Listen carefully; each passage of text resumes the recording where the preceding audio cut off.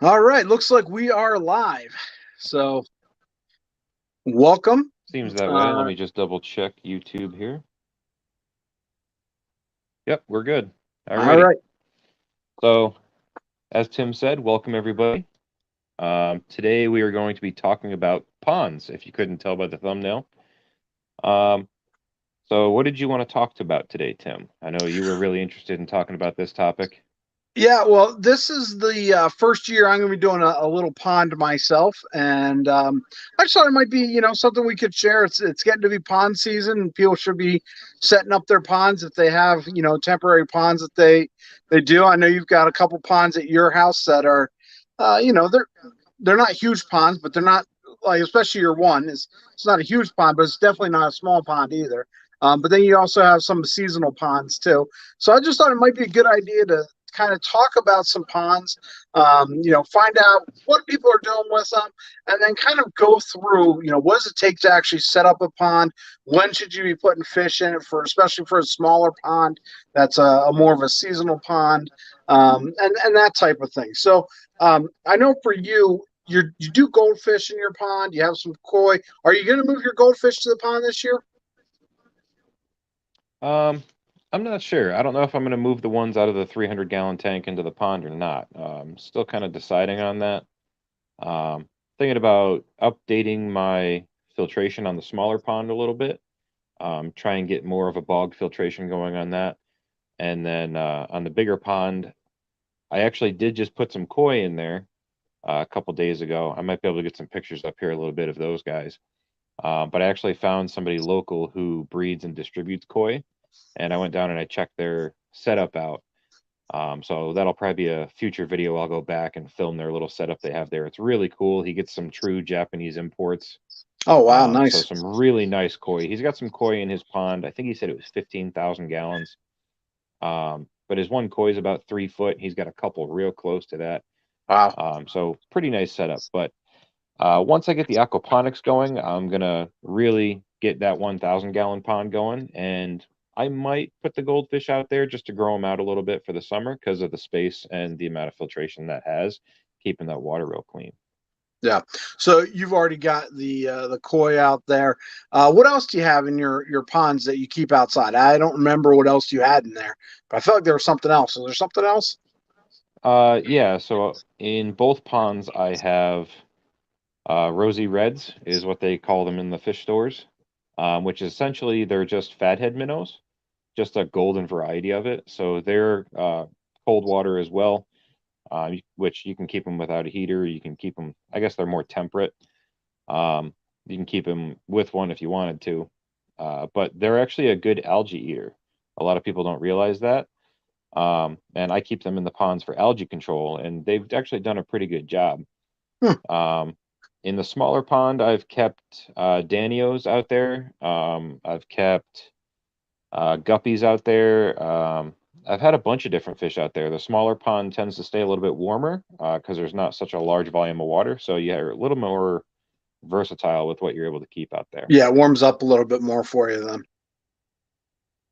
I For imagine it sure, also probably gets a lot colder too in the winter though. So probably can't keep stuff definitely. there in the winter. Yep, definitely. I tried overwintering a couple goldfish this year in the pond, and they did actually make it. The pond is deep enough. Okay. Um, that that's one thing that I was a little curious about, if it was going to be deep enough, because I did build it in a raised garden bed. So I really wasn't sure. So, only way to find out really is to test it. And they made it, no problems at all. Um, so you can keep stuff in smaller ponds like that, but it's a little iffy. You definitely want something a little bigger if you want to overwinter, but Yeah. it also depends on how cold it gets and your frost line in the Yeah. wintertime. Well, let's talk about that for a minute. You've got two ponds at your house. How big is your larger pond? The larger pond is 1,000 gallons. It's 6 foot by 8 foot by 3 feet deep. Okay. And then there's a little bit of extra water volume, probably not a ton, maybe 100 gallons with the grow beds that are with it, which is technically the filtration Right. that's on that pond. But livable volume, 1,000 gallons. Is that all the filtration you're running on that then? Is your aquaponics system? Currently, right now, yeah. Okay. So if you look at like a traditional filter, right, you have your biological media, and that's essentially it, unless you're adding chemical filtration or anything like that. But your mechanical and biological are basically the same thing, and those grow beds are full of little tiny pieces of gravel. So essentially, that's going to work the same way as mechanical and biological. It's going to pull all of uh, the large matter out of the water and just allow clean water to flow back in. And then once you get plants put in there, you're going to have that as your uh, additional biological, where it's actually going to be pulling the nitrate out of the water and cleaning it. So Hmm. it works really well for filtration for a pond. Yeah, and I love seeing how you have that set up when I've been out to your house. If you guys haven't seen Travis's, I think you've got a couple different videos on that. They're older videos, I think, at this point, but you have a Yeah. couple videos, I think, on some of that stuff. So if you guys are more interested in that, let Travis know. He'd be happy to show you more about it. But there are a couple videos up there. And so with it 3 feet deep, you don't really have to worry about that freezing then at the very bottom of that pond, right? I mean, it's kind of that below the frost line, I would imagine.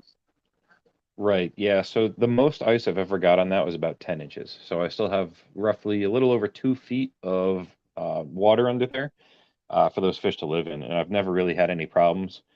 The only problem that you might run into is gas exchange in the winter. Uh, so a lot of people tend to run um, de-icers, if you will. And essentially, it's just a little heater that you set on top of the ice. It melts a hole down through the ice and keeps an open spot.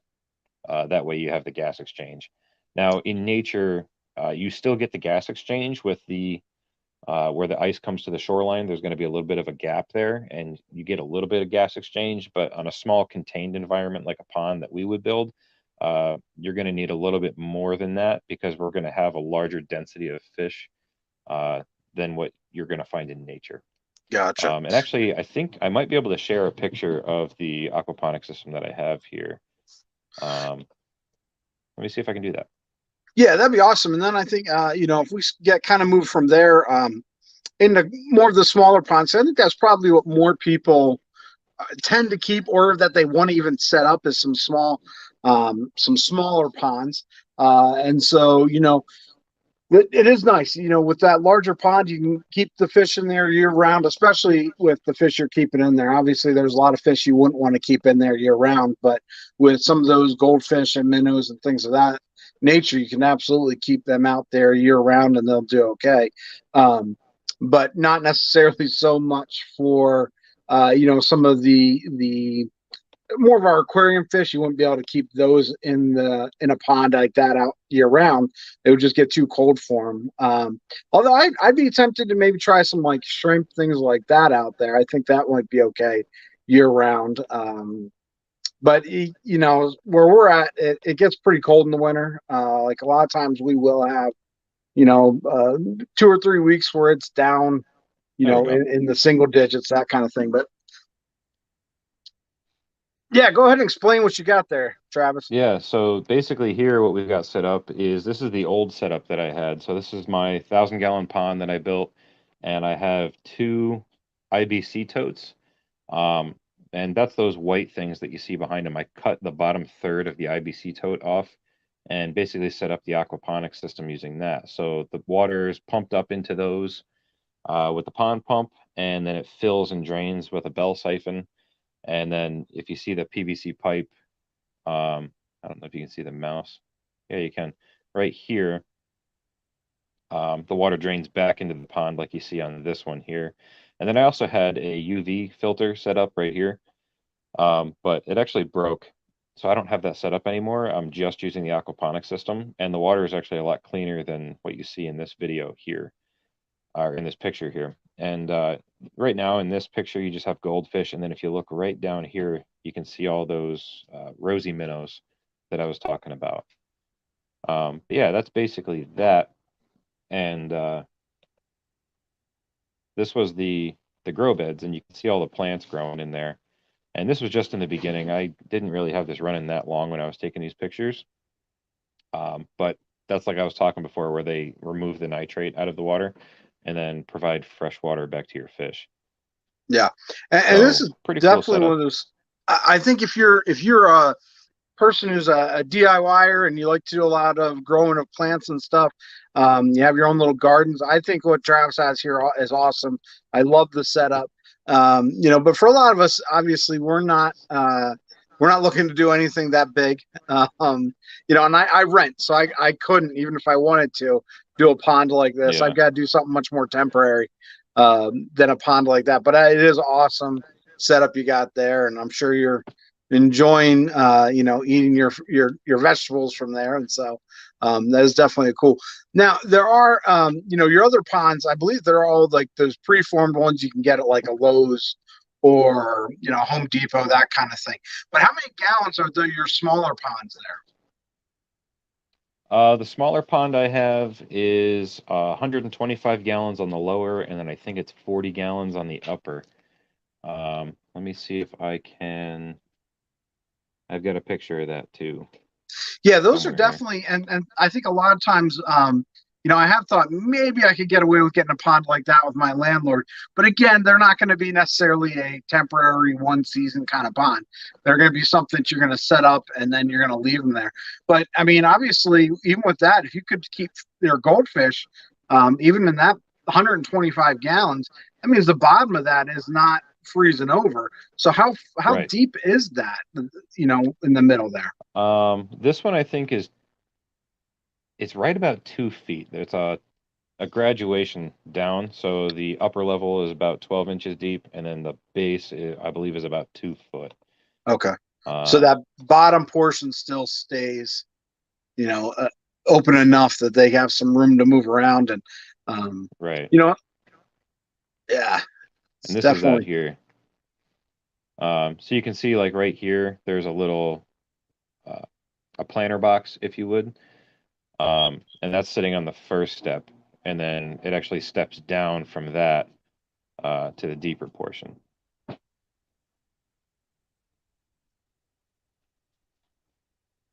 yeah, which is, it But definitely is. yeah, And that's the. I'm sorry. Go ahead.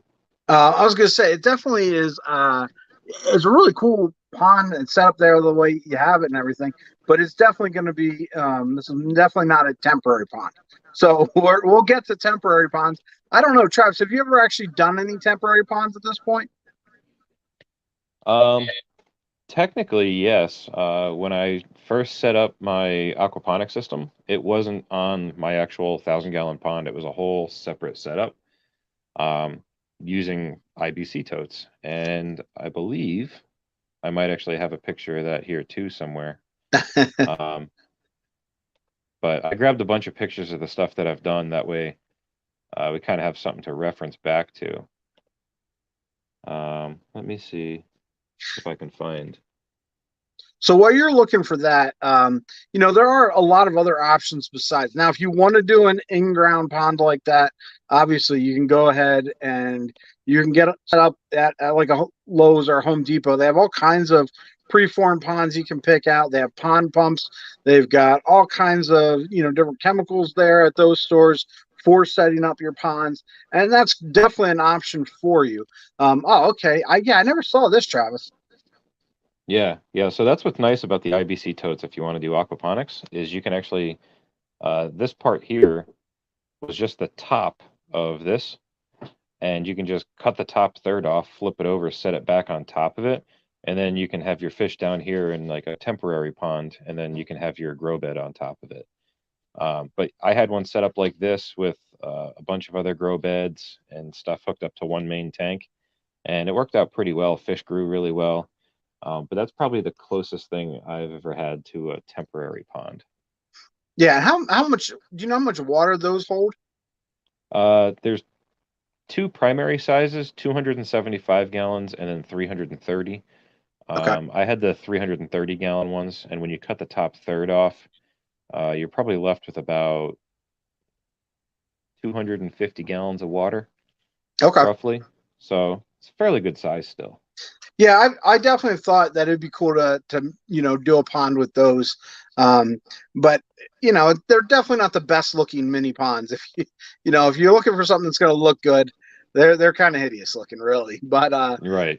but they're functional. And so, for you, you've got a backyard, you've got all kinds of animals, and you got a lot of function out of it, and that's what you were looking for. But I'm sure, I know if I tried to bring it home to my wife and I said, yeah, we're going to do this, I don't really have a backyard that can hide that kind of thing. Yeah. I Yeah, live in an definitely not. apartment, and my apartment faces the road, so I don't think my neighbors would really like looking at that either. So yeah, it's not going to work for everybody, but that is definitely, those are just some different options that are out there for you guys if you are looking for ponds. Now, I know you didn't you dig your big pond out by hand? Yes. I dug that out by hand 2 feet down into the ground, with just a shovel and a pickaxe. And I'll tell you what, it took all day and it's back-breaking work. So if you plan on doing anything bigger than what I did, I would probably recommend renting like a mini excavator or something like that. And you can just get it done in like an hour. Yeah, I was gonna say Um, I've done some digging in Pennsylvania, and the one thing we have in Pennsylvania is lots of rocks too. So now you may not have quite as many at your house. I don't know. You've got, but I imagine you probably had quite a few rocks you had to deal with too, digging that by hand. yeah, there was a ton of rocks. There was some rocks that I pulled out that I actually struggled to pick up. There was one that was probably 150 pounds or better. Okay. And it was over in the one corner. So trying to get it out of that corner and rolling it out and being able to lift it up out of the hole was not easy. Yeah, I would imagine not so much. Yeah, I would not. I wouldn't advise doing it by hand. Let's put it that way. But Yeah, especially if you're not. I mean, Travis, how tall are you? Like 6'2", 6'3"? You're a pretty big guy. yeah, I'm 6'2". Yeah. So and you can tell even on camera, Travis is not a small man by any means. So if you're if you're not 6'2" and a pretty strong person, you might not want to go digging by hand for that big of a pond. And the fact you said you did in a day is kind of crazy to me too. So, Yeah, yeah.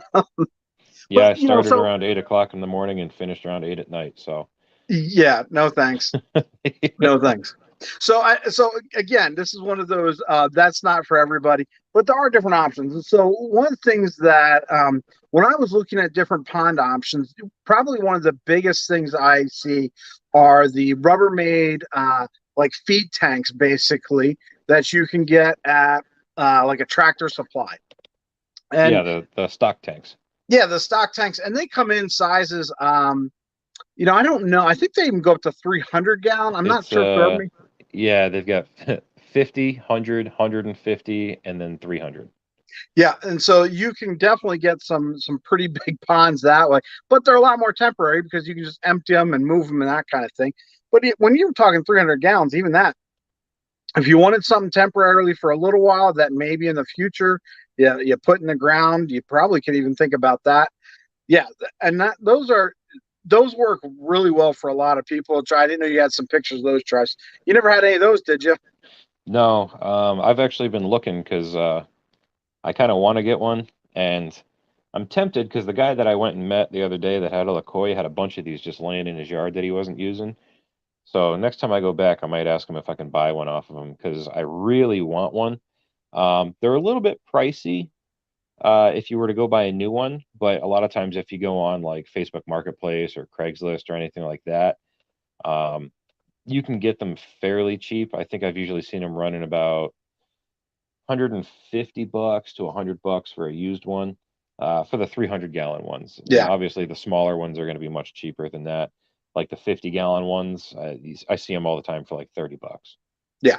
So relatively cheap. And then they also have the galvanized ones, which I think Right. you went for. Yeah, which so again, because I've got neighbors and my wife was not she wasn't real keen on having a pond outside to begin with. And I tried to be, uh, when I'm talking to my wife with about everything, I do try to keep her in mind and be respectful that, like, yeah, she doesn't necessarily want all the things that I want, and vice versa. She does the same thing for me. So it was a lot of conversation with her about a pond, and she just did not like those Rubbermaid totes at all. So I actually went with this galvanized, and this is a 100-gallon galvanized. And again, there's all kinds of different sizes with these. They go up to that 300-gallon as well.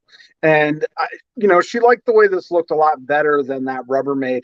And you can see I made a little bit of a pile of rocks there. It's not rocks all the way to the bottom, and they're sitting on a really large rock that sits on a bunch of cinder blocks. But so that I could basically make it look a little nicer with the water fountain.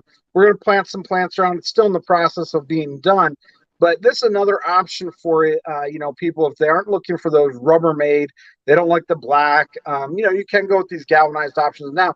One of the things you do have to be careful with these, and I don't know how careful. This is the first year I've done it. I've seen some people say that you can leak some different chemicals from that galvanized steel, and I'm not thinking what it is right now. But I also know there's a ton of people who use these, so I'm going to give it a shot and see how it works. But this is what I went with, and you can see right there in the I guess it's not in the. What I'm doing actually with this for mine is I'm not using filtration.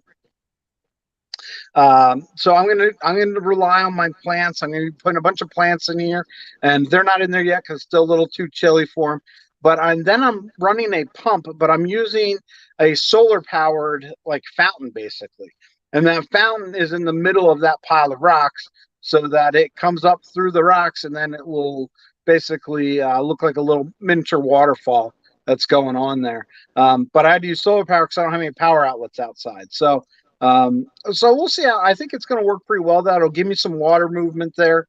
The plants will take care of my nitrates, and I think it's going to work out well. But Yeah, that should work well.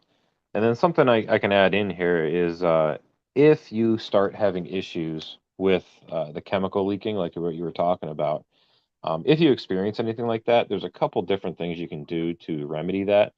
You could either coat the inside of that with like Plasti Dip or a roll-on rubber pond liner, or you could yeah, even just use like a flexible pond liner and lay it in there to try and mitigate any of that if you wanted to.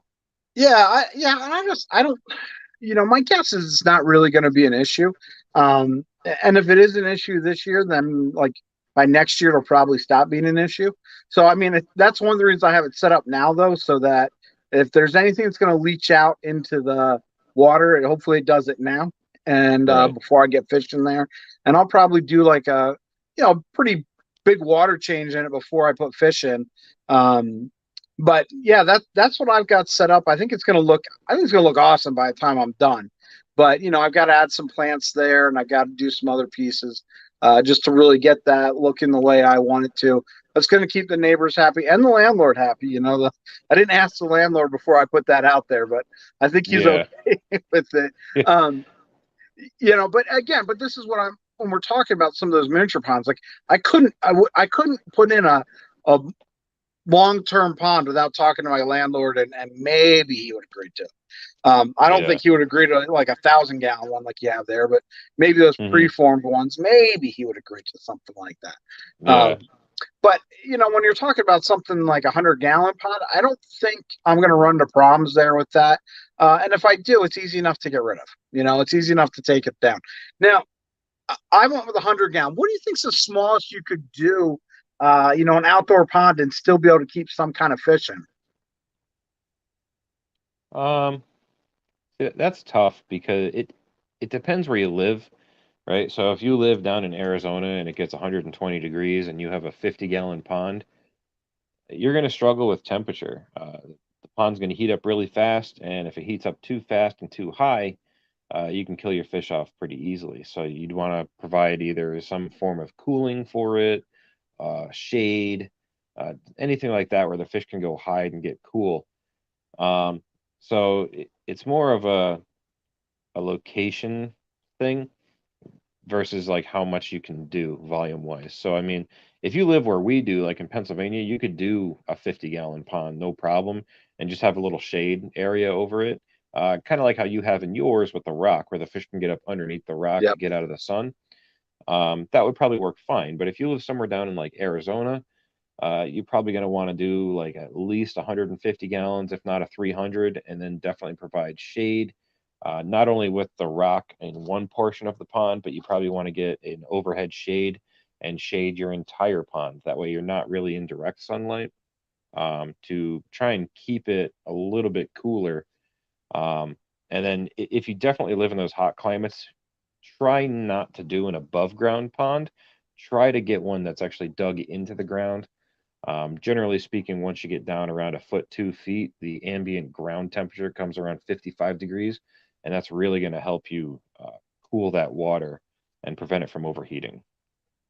Yeah, even when I set up my pond, that's 100 gallons. It's not going to heat up real fast, but I set it up in a place that doesn't get the sun all the time.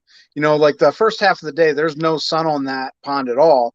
It's not till probably about 1, 2 o'clock that it starts getting like direct sunlight on it. And that's just for that. I don't want it to fluctuate a whole lot in temperature. I want the ambient temperature outside to be what's influencing rather than the sun direct sunlight it gets. Now, obviously, right now I'd like it to heat up so I can put some fish in there. But Yeah. even if it heats up, it wouldn't stay hot. Not yet. So Yeah, no, not with the nights we're having where it's like 70 degrees during the day and then 22 at night. yeah, it's been a rough spring for us as far as temperature goes, but it is one of those. I did think about doing a really small pond, and trying to do some fish in there, but I think the season would be really short in Pennsylvania if I did too small of a pond.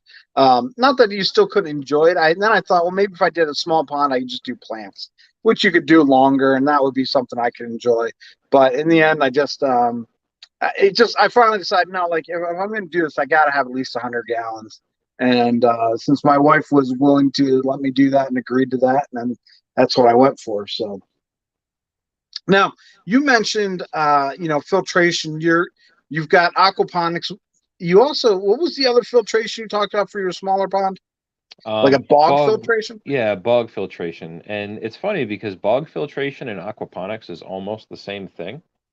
Um, because in aquaponics you're having the plants in a grow medium and the water is like, say your grow medium is like this deep, and the water is constantly filling and draining in that. But in a bog filter, you basically have your grow media is submerged but only a little bit, right? And then your plants come up out of that, and because the leaves come out of the water, they're able to flourish and grow. I do have a picture of that here where I can show an example, but um, yeah, it's essentially the same thing. You're just setting up aquatic plants that can grow up and out of that, and then you have your water being pumped up underneath the bog, so it comes up through the bog, so the plants can uh, basically absorb all the nitrate, and then the bog grow media catches all of your solids. So Hmm. it's basically the same principle, um, but instead of feeding from the top like you would an aquaponics system, where the water flows down through the media, this is actually flowing up from the bottom. Um, and yeah, let me see if I can find that picture here real quick. All right. Well, while you do that, I just so everybody knows, we do know that there's questions coming through the chat. We will get to those questions. When you guys leave questions, I want to make sure everybody is aware of this. We are going to actually just we're going to show your question on the video.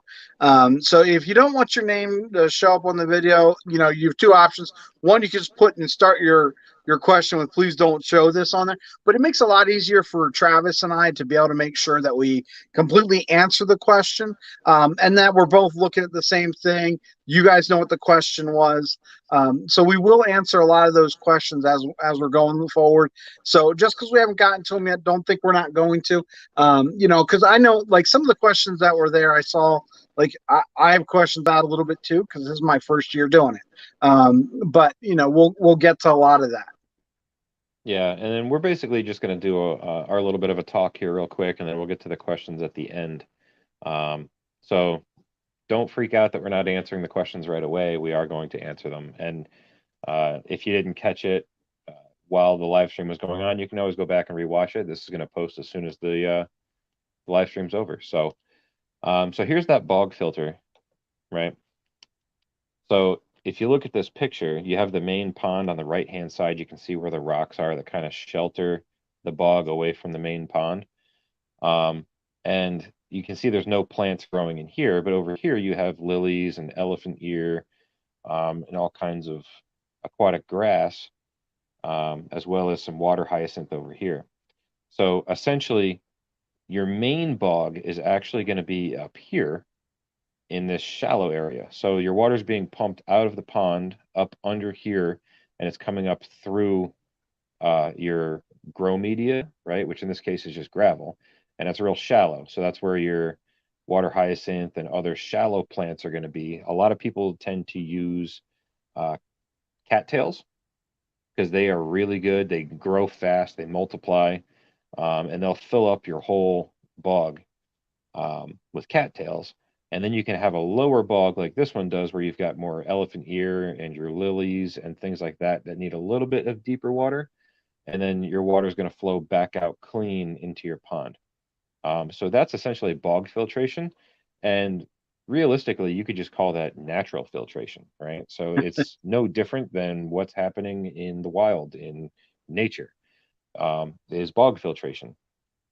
And with my little pond I have outside, the 125 gallon, it actually has a setup where I can do exactly this. It has a shallow area that I filled with gravel, and I can put the input from the pump down under that gravel so it actually comes up under it.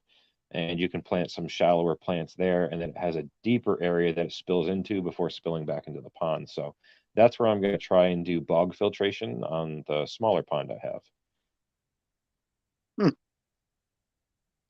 Yeah, it's interesting. It makes a lot of sense. But you're right. Just it's pretty much like a natural nature filtration. And that's it. I think a lot of times, and we've talked before about filtration and what do we need for filtration. And I'm only putting like for my mini pond, I'm just gonna put some celestial pearl danios in it. So I'm putting a really small fish in there, which means really small fish, not a whole lot of waste. So not a whole lot of waste. It really limits how much filtration I need. And so like plants they filter water for you. That's what they do. And so I'm not really concerned about having an extra filter in there. And I know a lot of people will run like especially sponge filters. They're very popular in ponds and stuff, and you can run some air lines out to them, and that works out well. As long Yep. as you have a good way to run air without your air pump getting ruined, basically. Because I guess that's the Yeah. only real concern for people is like, how do I run air out to my mini pond, or without doing damage to a pump. And so I think there's a lot of people who will try to do solar powered stuff. With the solar powered that I'm using, I actually got like a battery pack that goes with it, so you can charge the battery pack inside if you need to, but then your solar panel hopefully will keep that charged throughout most of the time. Now I did see already, um, you know my battery pack on a real cloudy day, it's not getting recharged the way it needs to, so then it's not running at night. But Yeah. there's different options there. Yeah. Now, for air, if you wanted to run air, you could always just use like a regular whisper air pump. And what you do is you just get like a small, like Rubbermaid container and like 4 bricks.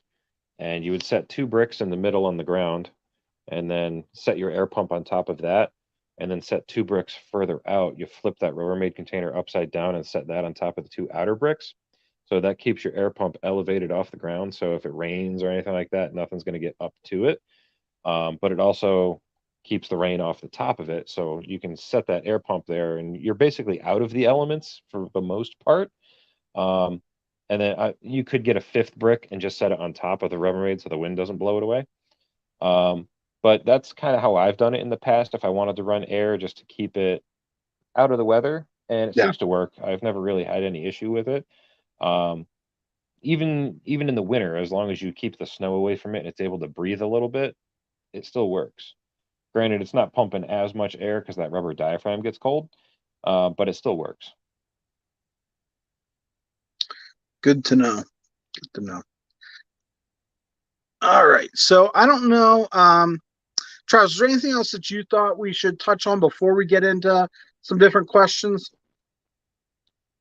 So there was a couple things that I wanted to talk about, and one thing like that we were discussing with smaller ponds, there is one huge factor that we have no control of, that can cause quite a bit of havoc on your pond, and that's rainwater. So a Yeah. lot of people don't really think about this. They go, "Oh, cool, we're getting rain. That means it's going to fill my pond back up because it's going to evaporate pretty quick in the summer. So rain's going to fill it back up, and I'll be good to go again. I won't have to do anything." So rainwater is extremely acidic. I think it usually falls anywhere between 6 and 6.5 pH, sometimes lower depending where you live. So if you get a lot of rainwater all at once, that can really cause a high pH swing in your pond. So you want to make sure you have something in your pond that can buffer that. So usually I throw some crushed coral, or like in my case, I've got gravel, and our gravel up here actually has a lot of limestone in it, so it's able to buffer that pH. But if you live somewhere where you don't really have that, make sure you add something into your pond that can counteract the acidic rainfall that you're going to get, to help protect your fish a little bit more. A lot of people don't see that, and then you get these torrential downpours, and it's like, why did my fish die? It just got fresh water. Um, and then the other I, thing too is rainwater is not going to carry any minerals, so it's basically like RO water, which is why the acidity is so acidic, because there's nothing in it. It's literally just clean water. But that's not always great for fish, especially because it doesn't have any minerals. But that's it. yeah, no, that was I appreciate the fact you brought up the fact that because a lot of times you'll see videos of people who talk about, oh, be careful about getting stones from, the creek down by your house because that might like leach some because of things like limestone. Um, and in our ponds, that might actually be very beneficial for us. So I'm glad you mentioned that because I think a lot of people tend to think like, oh no, I don't want limestone anywhere near my aquarium. And that may be true. You might not want it in your aquarium, but it might be really helpful and good in your pond. So, yeah, I think that was a really important thing that you brought up there. Yeah, and I'm trying to think if there's any other big topics that I wanted to talk about. Um, let's Well, I'm see sure, here. and I already saw like questions. Somebody was asking about different plants, so I'm sure we'll get into that in the questions there within the chat. And as far as like, because I brought in, when you showed the picture of my little pond, you can see I brought all kinds of rocks and stuff. Is there anything that we should be concerned about from bringing outside? Well, and I shouldn't say it. There are some things that we should be concerned about bringing that you might find outside or that you might find washed up from your creek. But I don't think it's so much going to be the rocks. But I do think you may run to be careful about what wood that you might throw into your pond. Um, so I don't remember which ones. And this is probably you're probably better with this than I am, Travis, because you tend to have a better memory with that kind of stuff. But there are certain types of wood that can be poisonous for your fish. And I don't remember again. I don't remember which ones. So Yeah. you might not just want to So, grab any piece of wood off the ground and throw it in your pond. yeah, if you're going to be gathering things from outside, to put in your pond and set it up, because it's like, hey, I already have this stuff. Like, especially in Pennsylvania and like the Northeast United States, like if you want rocks, we got rocks. We got tons of rocks, right? Like, so I've never bought a rock. It just doesn't make any sense to me. I just go outside and get them. If you want to collect driftwood, there are a couple things that you want to watch. You only want to use hardwoods. So basically, hardwood would be like oak, maple, um, things like that. Um, and you want to make sure that it's dead wood, that it's fallen down, there's no bark on it, it's completely dried, and it's not rotting, right? So, very specific things that you have to look for when you're collecting your own driftwood. One thing that you definitely want to avoid is softwoods, like pines and evergreens. They have a lot of sap in them. And once you put that in your water, that sap is essentially like a toxin to your fish, and it will kill them. So you don't want to use softwoods like pines, or evergreens. Um, so as long as you're using hardwood that's not rotting and is completely dried, which it's going to take forever to sink because it is completely dried, um, yeah, you can totally do that. And then if you're going to use store-bought wood, try and pick on something that's not going to leach a lot of tannins. I know like Mopani and um, what's the other one? I don't know. Mopani's definitely the worst that I've dealt with as far as putting tannins into the water. Yeah, The Malaysian driftwood that'll that's the one. release some tannins, but I don't find them to be nearly as not nearly as heavy as that Mopani. Yeah. At least in my experience. Yeah, those are like the two biggest ones. It's funny, I have a piece sitting here in this tank. I'm looking at it and I'm like, I cannot remember the name of that thing. But yeah, the Mopani and the Malaysian driftwood are the two biggest, in my opinion, tannin producers. So if you have a smaller pond, I would kind of err on caution with those, as they can really tank your pH too. But if you go with something like Manzanita, you're pretty much good. They hardly release any tannin at all. And they're kind of branchy looking, so that's going to be kind of natural.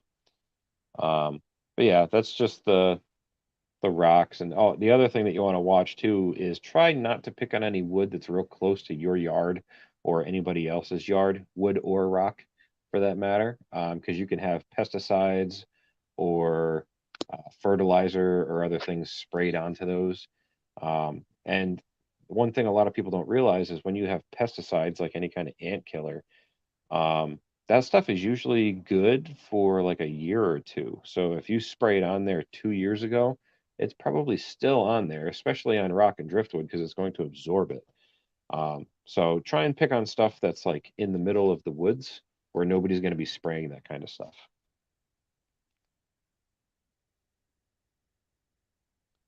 Yeah, so why don't we go ahead and get to some different questions um, here in the chat. I don't know if I can click on them, but if not, I'm I sure. can, let's see, scroll up here and we'll start right at the top.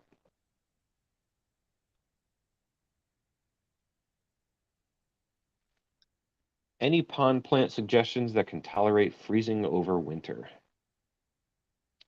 So this is something I've actually been looking into, because I kind of want this too. That way I don't have to go out and replant it every year.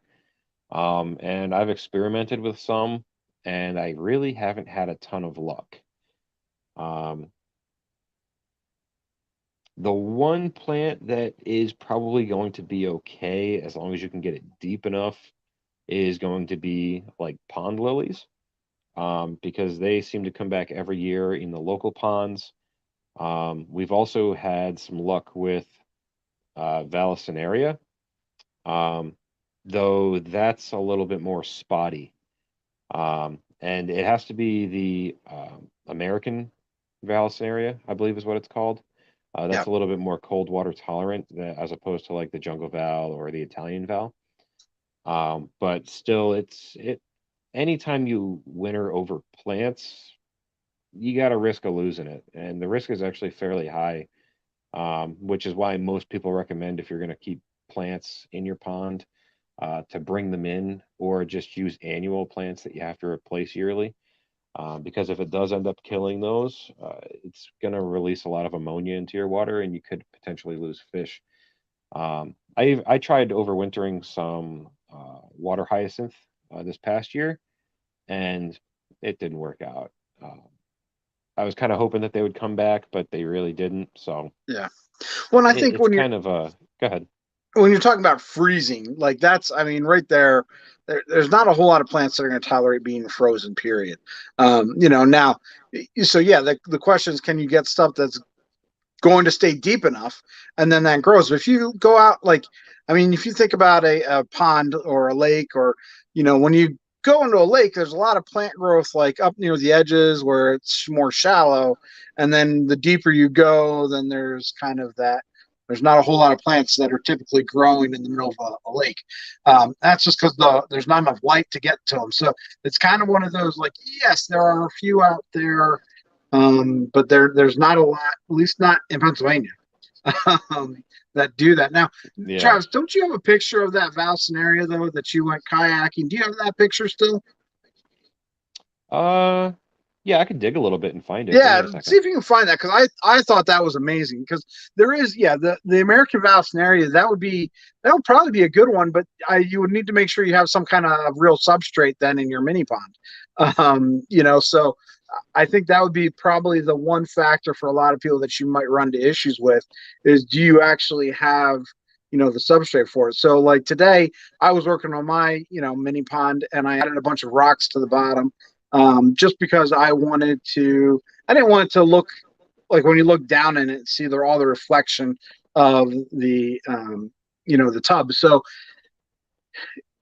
the valve scenario grows in like sand and dirt and things like that. So I think that would be the only concern I would have with that American valve in a pond is do you actually, a lot of ponds don't actually have any substrate in the bottom of them. Yeah. Um, okay, I think I found them here. Let me see if I can share this screen. I can kind of scroll through them a little bit.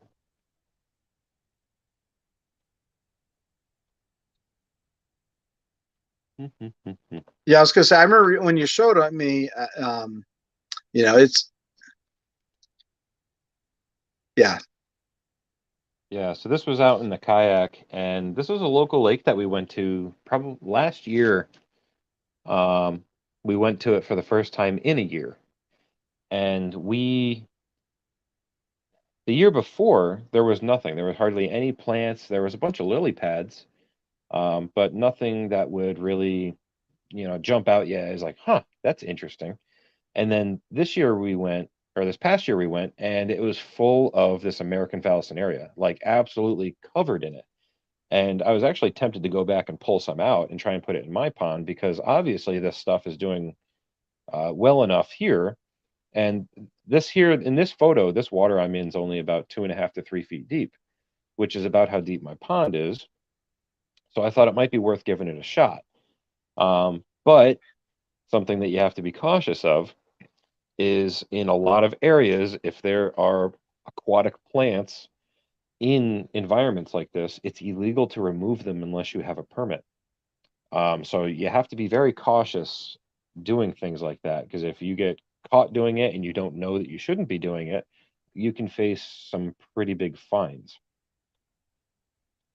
But like here's another picture here. Like as far as the eye can see across this lake, it's just American Valsinaria. So it's Yeah, pretty and so wild. obviously that's a plant that grows like 3 feet tall. So that kind of when we're talking about something that's going to be deep enough but still gets enough sun, that might be a good option. I would be interested if you go back there again this year to see how it made it through, the winter to see if it's still all there or not. Yeah, yeah, I'm definitely going to. And that's one of the things I'm pretty curious about. And if you're ever curious about like this specific topic of what plants are going to do well over winter, and you live in a place that overwinters, go check out your local ponds and lakes and see what's growing in them, right? A lot of times you can find something, if not exactly the same as what's growing there, something similar. And then they can sometimes have the same cold tolerances. That's not the picture I wanted, as the things that you're seeing. But you can see like this Vallisneria is growing all the way up to the shoreline. So, and this spot here, I know the ice gets about 15 inches.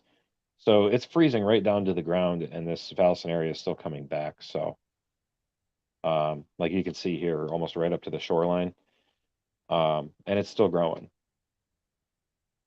As well as all these cattails that are coming up here. Yeah, I was gonna say that was the other one I was thinking is cattails. I feel like um, I don't know, but I imagine that they would grow and handle being frozen. Yeah, yeah, for sure. Because they come back every year. They'll die off, and then they come back. But if you're doing a mini pond, cattails is probably not what you want. So Probably not, because they grow pretty ferociously. yeah, get pretty big and Yeah. So I hope that answers your question, Greg, at least a little bit. Um, what's the best way to control algae in a small outdoor pond? Um, I guess that depends on what kind of algae we're talking about. So most of the time in outdoor ponds, you're going to see like a green slime algae that'll kind of grow on the surface. If it's not that, then the other option would be like a green hair algae that kind of grows on the bottom and sides. Those are the two main ones that I see. Or you can have green water, right? Which isn't really a problem. That's usually good, especially in a pond. But if you're looking for that pristine water quality, I would say add in a couple of rosy minnows, probably like 10 of them, maybe a dozen. Just chuck them in there. They're just going to eat all the algae that's growing on the sides. And then if you really want to clear up that green water, if you really want to clear that up, a UV filter usually takes care about that in about a week. Um, when I put mine out there, I had really green brown water. It wasn't looking too great, and I wanted to see the fish, so I put that on there, and within a week's time, crystal clear. You couldn't even tell there was water there. It kind of just looked like the fish were floating around in the air. But that's kind of my thoughts on it.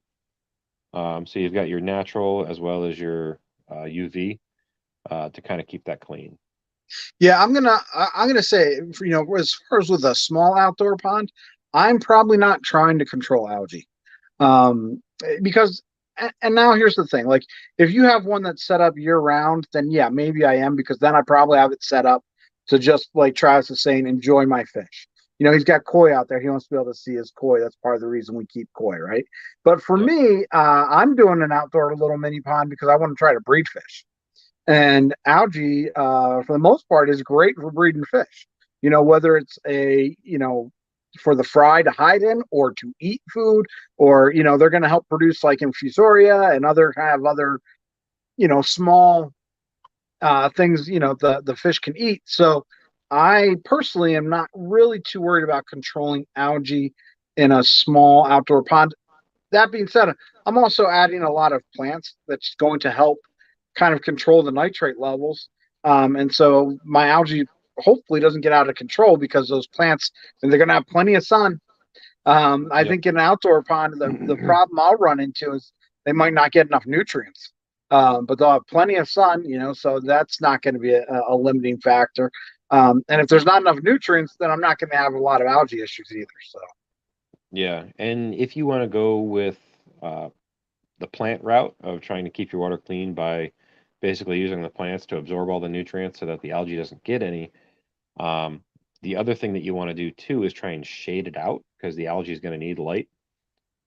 So water hyacinth and frogbit usually work pretty good, but it's going to grow over the whole top, so you're not really going to be able to see. So you're going to either have to create something almost like well, you probably wouldn't be able to do it with a pool noodle. In a bigger pond, you could, but create like a viewing circle yeah, you so could that the probably do like plants can't airline grow or into something it. like that. Yeah, which would probably work. Airline would work for like the frog bit, or if you have like vinyl tubing where you can get Yeah. a barb connector and just connect it into itself and lay it on top so it floats. That would work too for the frog bit. Water hyacinth is just kind of bull over that, which we used a pool noodle to try and keep that out, and that seemed to work pretty good because it couldn't get over it. But with how large that plant is, it could still shoot a runner under it. So water hyacinth is a little bit harder to deal with, but it's not that hard to just go in, trim a piece, and take it out, and it grows like crazy. You'll never miss it. Um, but yeah, Any indoor pond plants? I mean, obviously you said the Valsinaria. Any indoor pond plants that you think would, or yeah, indoor aquarium plants you think might work well in a pond? in the summertime, pretty much any of them. Um, well, I take that back. Not any of them. Most of them.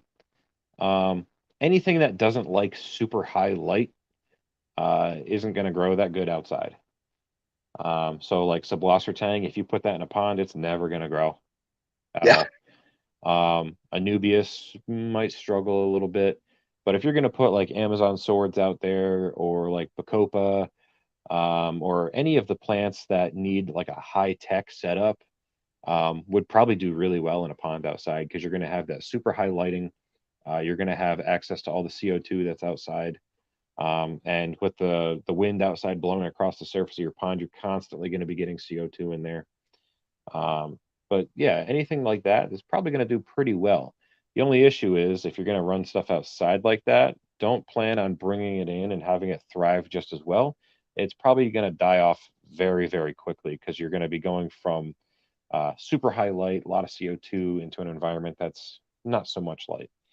And if you're curious what I mean about light, I know I talk about this quite a bit, is I believe in indirect sunlight. So if you're sitting in a room that doesn't have sun shining directly into it, but it's like, say, 1 o'clock in the afternoon, that amount of light is 1200 par, and your average aquarium light, your average good aquarium light, is going to be putting out anywhere between 60 and 120. So you're talking 10 times more light of an ambient lit room. And that's just ambient lighting. That's not even direct sunlight. Direct sunlight's way higher than that. So yeah, that's why the plants don't do good when you bring them from outside to inside. Yeah, that's quite a drop in light. That's for sure. Yeah, definitely. Let's see. I've been tempted to do a half whiskey barrel pond, but living in the UK and not having an outdoor power supply, I'm concerned for the fish in winter. So being a half barrel, so that's not really a ton of water. Usually a barrel is about 50 gallons, so you're talking 25, 30 gallons in a half barrel. I mean, for that, realistically, it's as easy as just bringing the fish inside if you can get another 20-gallon aquarium, or even like a 10-gallon just to overwinter, depending on how heavily you have that stocked. Um, and if you have plants or anything like that, you could even just set it in front of a window when you bring it inside. That way you still have that indirect lighting and things might be okay. Um, your other option is just running an extension cord out there. My 1,000-gallon pond, I just have an extension cord run to it. I don't really have anything else, that's really out there. It's kind of a ways from the house. So I just have an extension cord that I buried a little bit just so I don't hit it with the lawnmower or anything. And then I just run all the pumps and stuff off of that. So you always have that as a temporary option, especially if it's only going to be for a couple months in the winter. Um, yeah. You got any Yeah, thoughts on that? one of the things I thought about doing, with that is even, I mean, with the half barrel, you may want to like even again dig that into the ground, actually put that in the ground. That would help a little bit with your temperature control.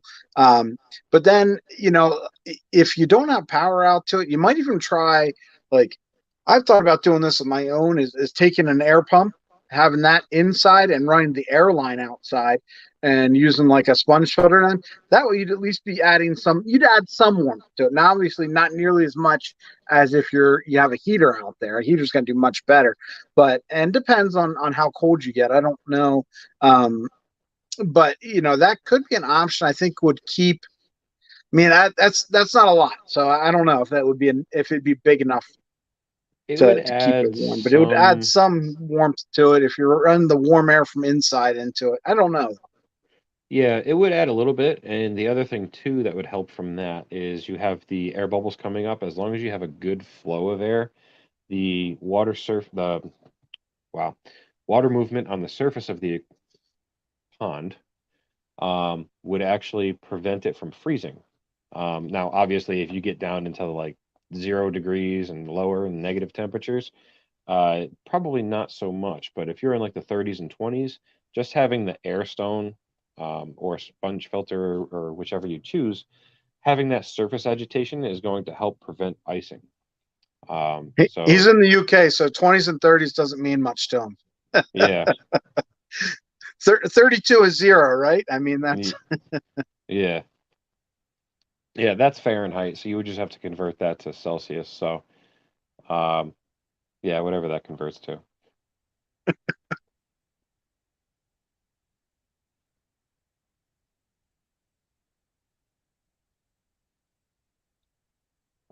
Yeah, it's possible if you got it close enough to your house. Um, so my 125-gallon pond that I have outside is right up against my house, but it's also in ground. Um, So, I mean, it could help, but again, it all depends on how cold it actually gets.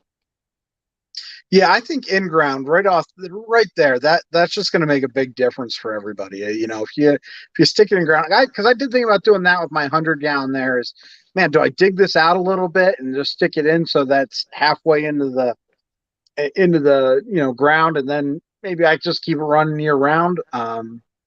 I decided not to, obviously, but I did think about that. Because there's Yeah. different ways you can do. I mean, you can also add insulation around them.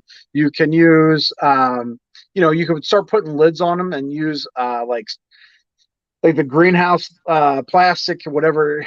You Mhm. know what I'm talking about, Travis? Whatever that stuff's Yep. called. Yeah, And you could, the multi-wall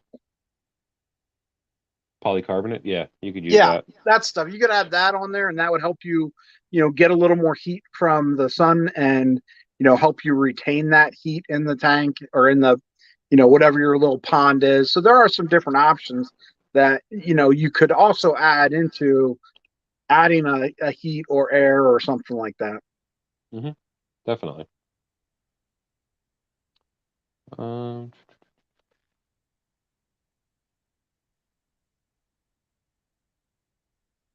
yep, and we kind of thought it was a good time of year to talk about ponds because it's about this time of year that people start going, should I build one? Also, in relevance to a lot of people out there that are considering building a pond, if you're going to be putting one in ground, even if it's going to be partially in ground, make sure you go online and check your frost depth. So that's going to tell you how far down the frost gets into the ground.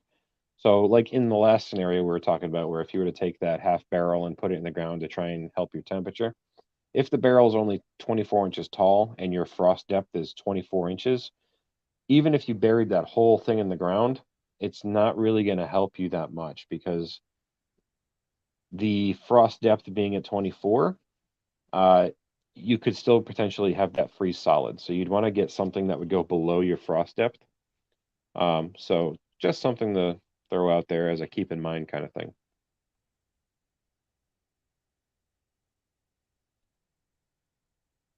Haven't found a substrate that won't grow jungle val.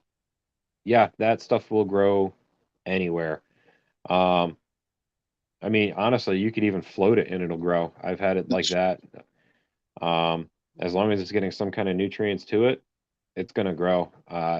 Tim actually gave me some, and I had it in this tank up here, and I planted a handful of it, and then I floated the other handful.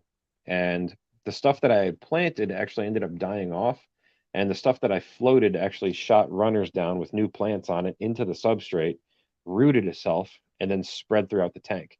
So I didn't really plant any of that, and then I just trimmed out what was floating and moved it to another aquarium and just kept doing that. Because for whatever reason, if I tried planting it, it wasn't taking very well, but if I let it like root itself into the substrate, it did perfectly fine. So not really sure why that was the case on that, but yeah, it'll grow anywhere, floated in anything. Yeah. Now, did you put any substrate in your ponds, Travis? Originally, no. But in the 1,000 gallon pond, there is substrate out there right now. And that's because I took all of the substrate that was in all my aquariums, which was all gravel at the time, when I was setting up the fish room, took all the gravel out and put black diamond blasting sand in all the tanks. And then instead of just getting rid of the gravel, I just took it out and dumped it in my pond. Which one, you're moving all the bacteria over, so that's good. You're creating more surface area for the bacteria to grow in, as well as it gives the fish something to sift through now and root around in instead of just having nothing. So that one does. The 125-gallon one that I have out there does not, but I do have driftwood and stones in there, so they have something to kind of go around. So they don't have like an absolute boredom. Um, but yeah,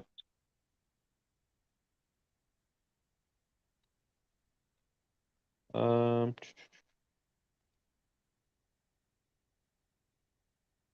yeah, absolutely. You're welcome. And that's kind of why we do these videos, just to try and talk about things that people might have questions about. just to try and answer some of those, as well as give a little bit of information just to help everybody else out. No point in keeping all the information to yourself if you know something somebody else doesn't.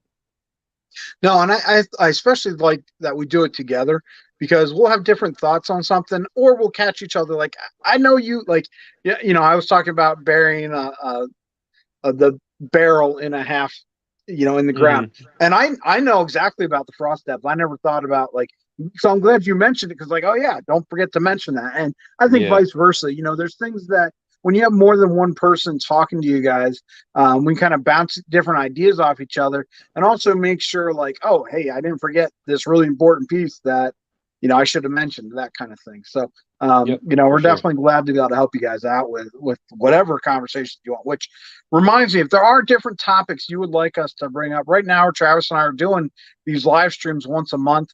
If there are different topics that you want us to bring up, you want to talk about, make sure you leave that in the comments. Maybe you're watching this video afterwards because we do want to be able to help you guys. That's why we're doing them. For us, if we're just doing them for our own sake, like Travis and I can get in a call and talk fish all day. We don't have to do a live stream, but we want to Yeah, make sure we are helping you guys out too. So if there are things that like, oh hey, I'd like more information, or I just think it'd be a good, interesting topic to talk about, let us know, and we'll be sure to try to do as many of those as we can. yeah, definitely. Um, and if you guys have any more questions, go ahead and drop them because we're basically at the bottom of the chat. Um, this one's for you. Oh, it is looking. You know what? I'll tell you what, Andy. I appreciate you saying that. I was thinking the other day, my beard is starting to look better again. COVID did a number on my beard, having to wear a mask all the time. Like it was just getting funky. Hmm. It wasn't growing nearly as well as it is. So it's starting to come back, starting to be healthy again. Um, so I appreciate that. It's one of those. My wife doesn't necessarily love my beard, but she puts up with it. So. Yeah. So we'll go into the list of things that I created to talk about here for a little bit, until we can get some more questions in. What kind of fish can you put in a pond? Now, this is something that I get asked quite a bit, like, hey, if I'm going to build a pond, what can I put in it? Um, and the answer is pretty much anything you want to. I mean, it's no different than an aquarium inside, except you're outside and you have a little couple more environmental conditions that you have to deal with outside of an aquarium. But realistically, you could pretty much do the same stuff. You just got to watch your temperatures and your pH with rainfall. Like Tim said, he's doing celestial pearl danios. I've done a whole bunch of different fish. Personally, koi and goldfish are kind of like the primary ones that you're going to see most people using. I see a lot of people do the rosy minnows, and then I've seen a lot of people doing regular tropical fish, uh, guppies and danios.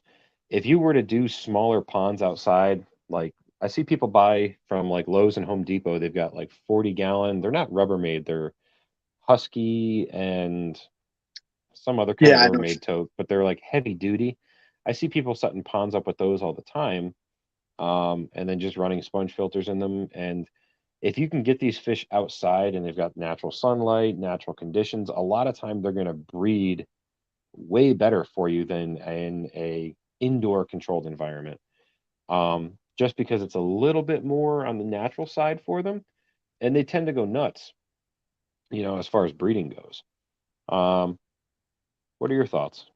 Yeah, and I mean, especially when you're talking about like the food, they're getting a lot of other options with food. I mean, you think about what happens with water is, whether you get insects or you get, all kinds of stuff's going to be coming to your water to drink. And even if it's like the neighborhood cat might come to your little mini pond to drink too. But a lot of times there's also little bugs that are wandering around on your little, neighborhood cat too. So a lot of times, just being outdoors, there's a lot of foods that they're going to get that they would never get inside. They're going to get a lot of live food. So I agree with I think breeding. But as far as what fish, there's probably a few that I would avoid in our area. I certainly wouldn't want to try to do discus outside in Pennsylvania. I just don't think our water would maintain warm enough temperature. So there's certain things I would avoid. But I think anything that's makes sense in your climate. If you have temperatures in the summer that are right around the 80s, well then yeah, there's a lot of tropical fish that are going to tolerate that 70 to 90 degree swing that you might get in your outdoor pond. So I think it really just you have to base it probably more than anything is on temperature. What makes sense. So and that also is when do you put your fish out? So I'm doing celestial prodanios, right? For me, I want my nighttime temperatures to be around 65 or above. Now, 65 is cold for those celestial prodanios, but during the day, it's going to get warmer than that. And so there's going to be a fluctuation. And that's basically as cold as I want them to be, is at 65. And then when it gets to about over the summer, it's going to warm up and it's not going to get that cold at night for that pond anymore.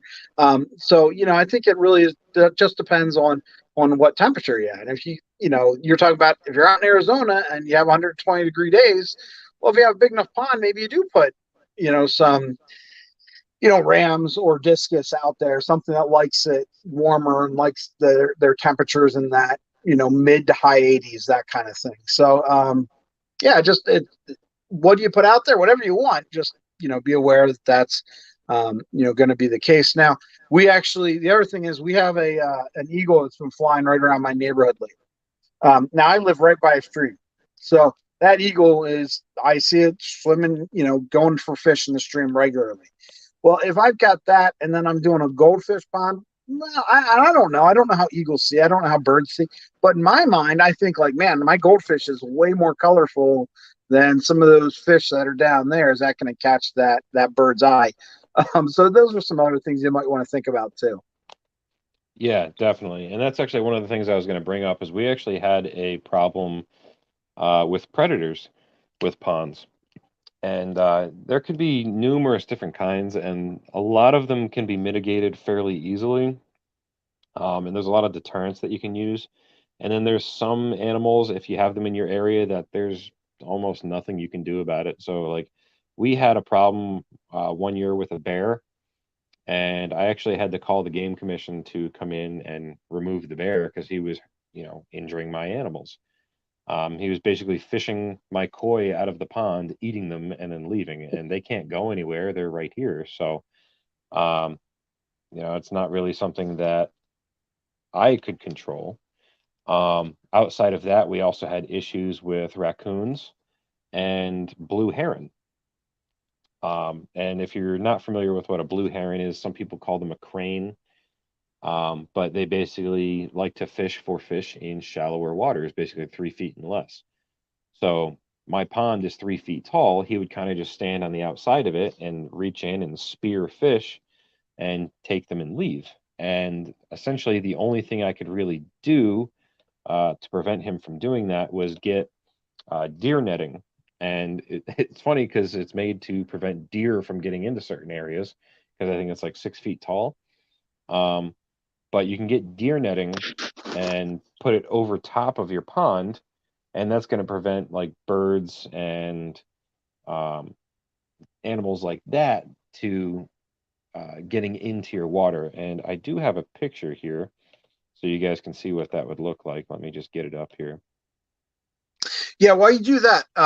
For your raccoons, I'm curious about how you dealt with that because I actually, I haven't had an outdoor pond, but I just recently have started seeing a lot more raccoons in my area, and so I'm slightly concerned that I might have raccoons. And I did think maybe a netting like this would work, but I also saw or I heard, and I don't remember where I heard it, but that you could actually Marshmallows. put like peanut butter around your pond, and that the raccoons don't like that because they don't like getting their hands messy, and Hmm. so like they'll go for the first time, but then because they get that peanut butter all over them, and they don't like that they won't come back. So I don't know if that's what you did with the raccoons. So what'd you do there? Yeah, I did something similar. I used marshmallows, and I also used marshmallow fluff. Um, which, if you're not familiar with what that is, it's basically like almost like a liquefied marshmallow.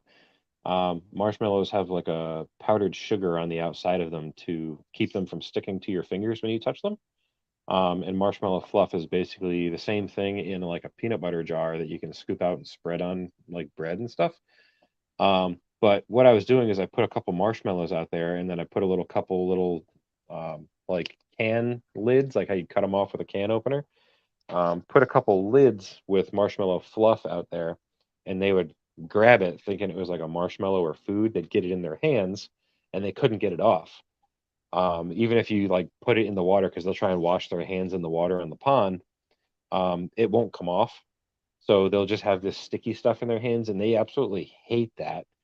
And then they won't come back anymore. So that's kind of how like I combated that.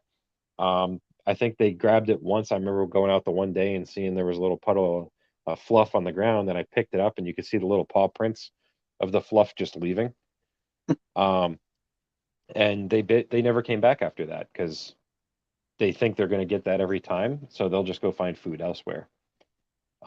This netting can help too with that a little bit, but if your water is real close to the surface, kind of like how it is in this picture, it's not real low below the netting. The raccoons will still try to reach in there and grab the fish, and they'll just pull it up through the netting. And if they can't get it through, they're going to cause a lot of injury to your fish anyway. Yeah. Now, I was gonna say, I don't know if everybody knows what like, when we're talking raccoons, I know like different countries have very different animals, so maybe we should just clarify like raccoons are just it's a small mammal. It's a very Yeah, clever small mammal basically. So yeah, I imagine most of you guys know what a raccoon is, but for anybody who doesn't, that's what we're talking about. yeah. And it's probably about the size of a small dog or a large cat. Usually they can get up to around 20, 30 pounds on the big side. Usually you see them around like 15. Yeah. Um, but yeah. But I think the hardest one to get rid of is the herons and the cranes, because they are territorial birds. So if you have one, the only thing that's going to scare it away is another one. Um, so it's kind of hard to deal with those. So basically, what I did is I took this netting, like what you see here, I put that on the pond, and then I lowered the water so that he just couldn't get in there anymore. And once he realized he didn't have access to the food anymore, he ended up just leaving. But make sure you leave the netting on longer than when you see him like disappear or when he stops showing up, because he could come back or another one could move in, and then you could have the same issue. So just kind of keep that in mind when it comes to stuff like that. Yeah, I don't expect to have too many issues with birds. Just because I'm planning on doing so many plants in my tub that I'm hopeful that I don't run into that. I'm actually going to try doing some Brazilian pennywort and kind of floating that up top and even up onto my rocks a little bit and see how that works out. Yeah, that would probably work. I'd also be curious to see if you would get some like Java moss and put it on your rock to see if it'll grow down into the water. I think that would be kind of neat looking, That would especially be once neat. it comes off the waterfall area. It'll kind of like wave out into the water, Yeah. which would also create some shading, give the fish some protection, stuff like that. So here's a question here, or maybe not a question, but more of a statement. Um, Now he says he lives in Arizona in the previous comment to this, but he was able to keep his killifish all year in his outdoor tub. He would just move it under some shading during July to September, which is their hottest time of the year. And yeah, now especially down in Arizona, you could definitely keep fish outside all year long, because it is warm there all year long. They don't have winter. Um, well, I don't want to say they don't have winter because this past year they experienced winter for the first time down in Arizona, Texas, down in that area. And it was like, It was a disaster for him. yeah, it was an absolute disaster. Like nobody's houses down there have insulation in them or anything like that. And they had a cold snap of like 20 degrees for like a week, and it was just terrible. Which I actually, thinking about it now, I find it funny, but it's really not funny. Um, is I saw, and I'm sure you saw it too, it was a pretty viral video in the fish communities of the fish tank that was completely frozen over Yeah. in somebody's house. And it's just crazy how stuff like that can happen and people aren't prepared for it because you don't live in a climate that's designed for that kind of weather. It's just Yeah, I wild mean, how that happens. where we're at, everybody has, either a generator or some kerosene heaters, or like we all have that kind of stuff regularly because we know, like, yeah, we're that's going to happen to us.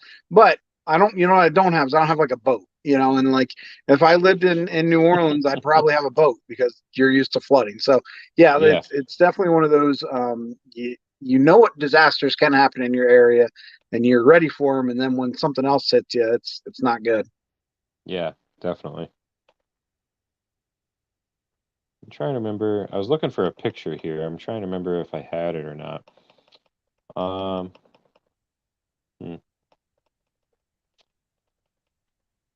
So one of the other questions that I had lined up here was what size fish could you put outside? And realistically, you could do any size as long as you have the ability to provide them some kind of shelter, or protection from the environment. Um, Usually, when I choose on a fish, I'm usually looking for something at least 2 inches, but that's just because of where I live. If you live in a more rural environment, kind of like what Tim does, um, you could do smaller stuff because you don't really have as many predators and things like that. But for me, I'm usually trying to get on something a little bit bigger that's able to, one, I can see it and know that it's still there. Um, and it's able to move a little bit quicker to try and get away if there was a predator like that. So usually for me, if I'm doing goldfish, like 2 inches, and if I'm doing koi, I want them a little bit larger, um, just so they have the extra speed. So usually about like 5 inches around koi size. Yeah, and I think a lot of that depends on how you set up your ponds too. Like I, I mean, you already showed the picture of my pond. Like I've got a big rock there that takes up about a third of my pond up at the top, and that right off the bat provides an awful lot of cover for those smaller fish. So if something is trying to, hunt them, there's places for them to hide. That's why I have the cinder blocks and the rocks I have in there, so to give them that cover. And then I'm going to add all kinds of plants on top of it just to try to make sure that there's a place for them to hide. Now, I laughed when you said, "Oh, I make sure I have fish I can see," but I'm going to have fish that I doubt I will see at all once I put them in there, because celestial prodianios like to hide. They're very timid fish to begin with, and especially since they're going to be the only thing in there, they'll probably be more timid. Um, I might throw some shrimp in there as well, but it's definitely one of those. They don't get nearly as big as 2 inches. Full grown, maybe like an inch and a half. They're much Yeah, smaller fish, and they're a 2 inch goldfish versus a inch and a half celestial prodanio. Not only is it shorter, it's also a whole lot skinnier. So yeah, it's definitely one of those. It depends on how you set up your pond and what you want to do with it. And if you're doing like a real small, maybe like a 20 gallon, or even like I know a lot of people use like the big garden pots for mini tanks or mini ponds out. If you're doing something like that on your porch, yeah, do small fish because you can't do a bigger fish. There's no way you could do it. So, just it's going to be based upon, how can you keep them safe and how much room do they have? What makes sense for me with 100 gallon? Could I do goldfish? Absolutely. I could do some goldfish in there. Um, but I couldn't do koi. At least I don't think I could do koi. I know some people probably would, but young koi, sure, but yeah, not, you probably want to avoid that. yeah, I wouldn't do it. So yeah, it's just, depends what you want to do. Um, Could a temperature drop create a bacterial bloom? After doing a water change last week, I forgot to plug the heater back in. Realized the next day it dropped by 6 degrees and had cloudy water since. It I would guess it's could. more about the water change. Yeah, it's probably more so the water change. If you're having No fish died. Water's good. Tested with API Master Test Kit. Yeah, so it's probably more so the water change, especially since it's only 6 degrees. Bacterial colonies are pretty resilient to temperature change. Um, Now, that being said, once it gets super cold, like freezing, then you could experience some bacterial die-off.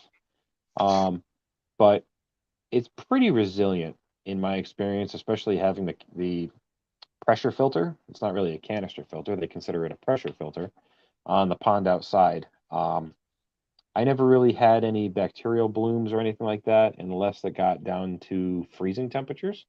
Because then you're going to experience some die off. Like anytime you freeze anything, it's not going to survive. Um, but for 6 degrees, I wouldn't really worry about that too much, because you have larger temperature swings than 6 degrees on a normal day outside, and it doesn't affect your bacterial colonies at all. Like Tim said, probably more so with your water change. Anytime you change water in an aquarium, if you chose to do filter maintenance at the same time, um, you could lose bacteria that way.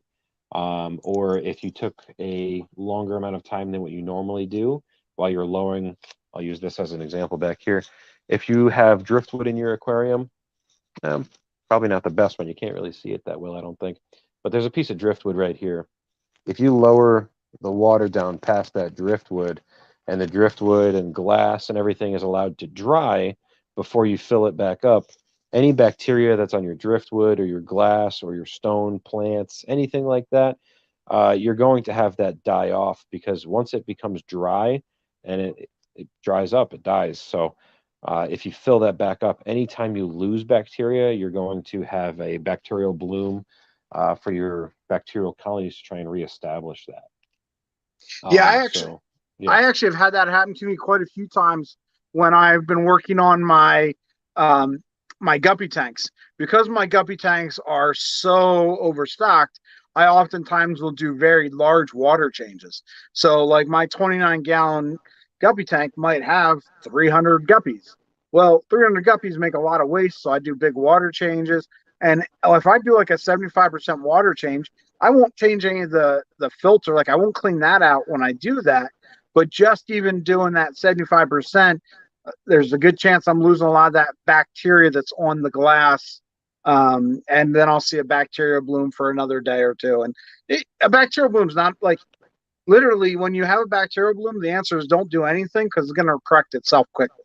I mean, obviously keep an eye on the water parameters, but most likely you're not going to run into an issue if it's a bacterial bloom because that bacteria basically doubles every 24 hours. So if you have that, I don't worry too much about that. Yeah, I agree. So there is one other thing that I just thought of that I want to talk about for ponds. One of the most common pond setups that people do are uh, usually the flexible pond liners. You can usually get them at Lowe's, Home Depot. You can get them off Amazon. And it's not so much the preformed ones like we were talking about earlier, where it's a hard plastic. It's more of a soft plastic or rubber. Most of the time, the thinner ones, anywhere from, well, they classify them in mil thickness, which is how thick the liner actually is. Generally, the best one you can get is like a 45 mil rubber liner. That's usually what they use, like commercial grade ponds and things like that. So if you're going to build a big pond and you want it to last, or if you're going to have to get in that pond and walk around in it for any reason, you want to have the thickest liner you possibly can. So 45 mil thickness is probably the best one. Personally, I've used a thinner liner in my 1,000-gallon pond. That one I believe was a 15 mil liner that I got at Lowe's. And these liners come in different sizes. You can get them custom made. You can get them pre-cut. The one I got was a pre-cut. It was 15 foot by 20 foot. And then you essentially dig your hole, or build a frame, and you lay this liner in there. Um, and this is what they look like when you were to buy them from the store. They're essentially just a rolled up sheet of rubber, or PVC is what they make them out of sometimes. And this is probably the most common pond liner out there, because most people buy this, dig a hole, throw this in it, put water in it. I'd say probably 85% of the ponds that you see out there are going to be this. Now they do have other liners. This one was PVC that I use, but they do have the rubber ones. And generally speaking, I have another picture here. Let me just find it.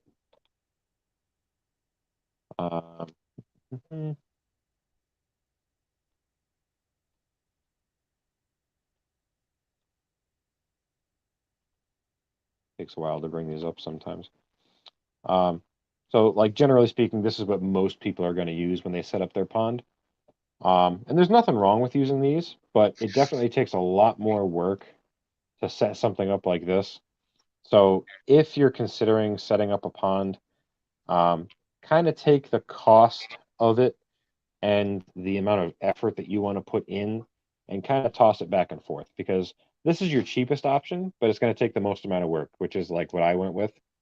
Took me an entire day to dig the hole, build the frame, lay the liner, fill it with water, to get the whole thing set up. And then with the garden pond that I did,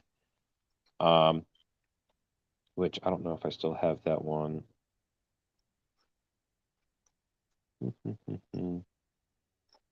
I don't. With the one that I set up with my garden pond, that one only took about 4 hours to set the whole thing up. And that was including building the wooden frame and moving dirt around and stuff like that. But yeah, so definitely take into consideration how much time you want to spend on it and how much effort you want to put in to actually physically building it before you just go out and decide, hey, I'm going to buy that and set it up in my yard and it's going to look awesome. If you don't want to put the effort into making it look awesome. Kind of what a little thought that I had there.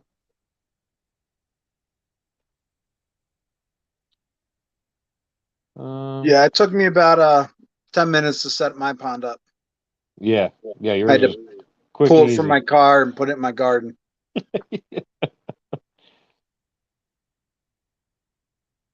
I often get bacterial blooms from messing with substrate. Yeah, so a lot of your bacteria is actually going to live in your substrate because your substrate has such a high surface area, right? And if you're in there and you're digging around in it and vacuuming, a lot of that bacteria is going to get pulled out of there, in addition to the amount of water that you're losing. And you could end up with a bacterial bloom because of that, because of you're losing your bacteria.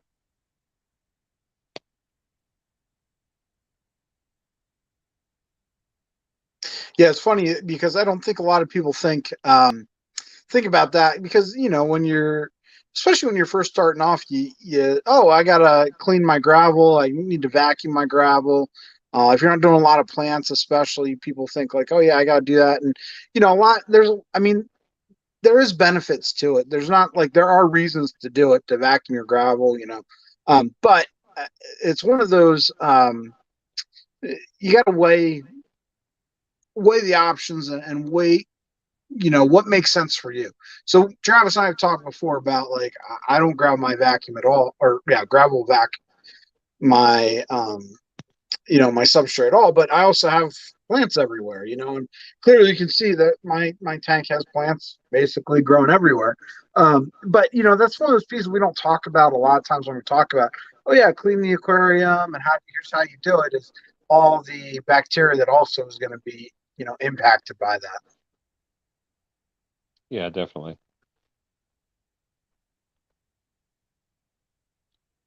A little off topic. We don't mind off topic. If you have a question about anything, feel free to ask it.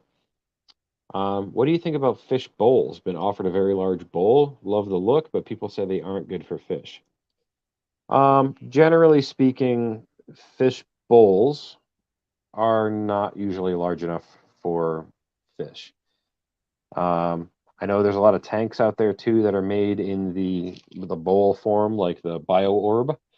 And I think they make a Bio Orb up to 14 gallons. And the biggest issue that you're going to have with the bowl or a spherical aquarium is the amount of surface area you have for gas exchange. So you're going to have a very large volume of water with a very narrow and small top on it, and you're not going to be able to get much gas exchange in that area for the larger volume of water. So you could end up suffocating your fish. If you don't have enough oxygen going into your water, you can suffocate your bacteria, and you can create anaerobic bacteria, which is actually not great in some cases, where it's also good in others. Um, so generally speaking, bowls aren't the best option. I know you see people online all the time with a bowl with a betta in it. Um, and even if you have like the heater and the filtration and everything like that, there's better options out there.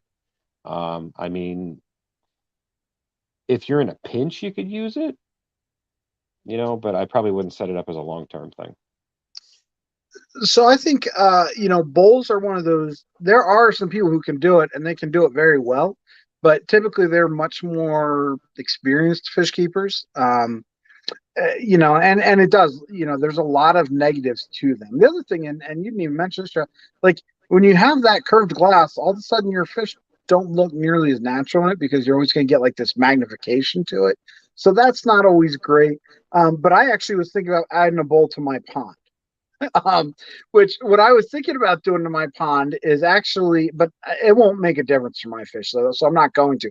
But have you seen, Travis, where people take those bowls and actually put them upside down in their pond so the fish can actually swim up above the water surface? I thought that would be cool, but I know my celestial pronouns will never use it, so I'm not going to bother even trying it. But I do think it would be a cool thing to use a bowl for. Yeah, yeah, I have seen people do that, and I've thought about with my pond outside, taking one of the extra tanks I have laying around and setting something like that up. It wouldn't be very hard to do. Um, Maybe I could do a video on it. Maybe that's something I'll do. Just mess around and play with That'd it a be little cool. bit, just to create an elevated viewing panel so the fish can come up in it. And it seems like the fish generally like it because they get up out and they can actually look around and see things that they don't normally see. And it seems to catch their attention quite a bit. Um, yeah. So I might do a video on that later once it warms up outside a little more. That'd be cool. Yeah, right now I was putting my arms in my little mini pod today, and I can only be in there for about 10 seconds before I was like, oh my word, my arm's gonna freeze off. It was too cold. um, to be messing with water anyways. But yeah, so bowls are definitely one of those things. Like, and again, I've seen some that are like 18 gallons. If you can get a huge bowl, like, yes, you can use them. There are some that are usable. Just know it's going to be more difficult. Your fish aren't going to look as good.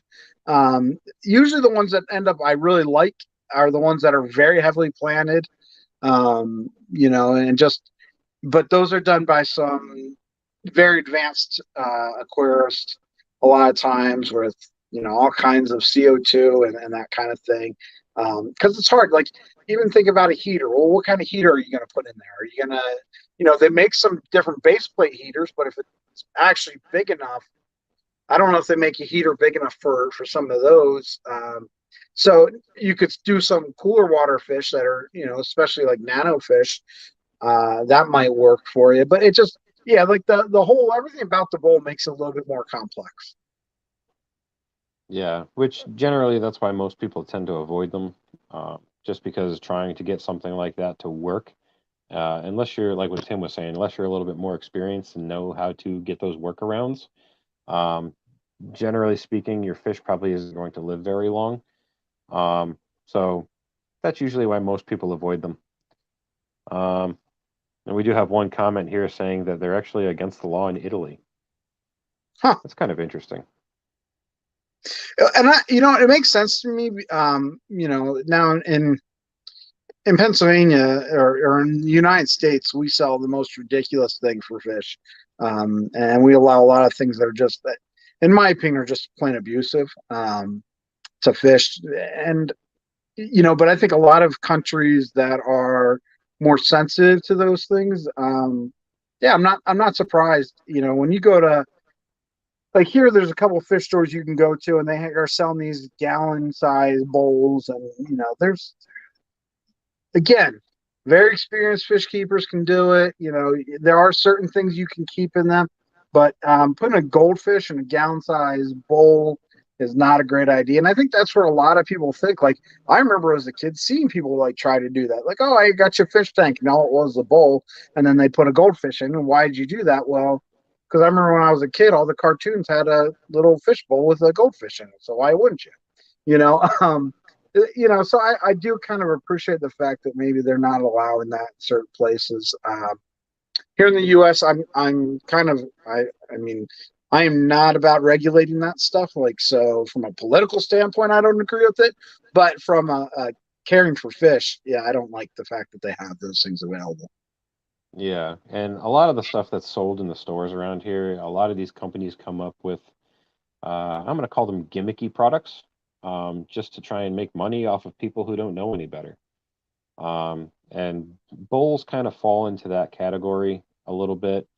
You also have to figure that there's a lot of old knowledge out there that really isn't true anymore. So older knowledge was like, yeah, fish bowls are perfectly fine, but nowadays when you look at them, it's not so much accepted because of just the size and everything that goes along with it. And the other thing too that kind of leads back to that is the fish industry. How do I put this? So if you were to look at like cats and dogs, if you look at cats and dogs in the United States, for example, those animals almost have like rights. Like if you were to abuse an animal, you would go to jail. That's a felony in most places anymore. But fish are not considered a pet. They're not considered a pet animal in the United States. So most places don't give those animals rights because in the United States, fish are seen as a hobby where like it's like, oh yeah, I have a dog. It's my hobby. It's not. That's not. It's a pet, right? So the aquarium industry is more of a hobby in the United States, and those animals don't really have as many rights as other animals do. So that's why you see people all the time talking about like, oh, you're abusing that animal. And it's like, as far as fish go, like technically, yeah, we see them as being abused, but there's nothing that anybody can do about it legally, because fish are seen as food in this country for the most part. Um, and it's just, they don't have that here yet, anyway. Times are changing. That could be something that happens in the future, but we'll see. Uh,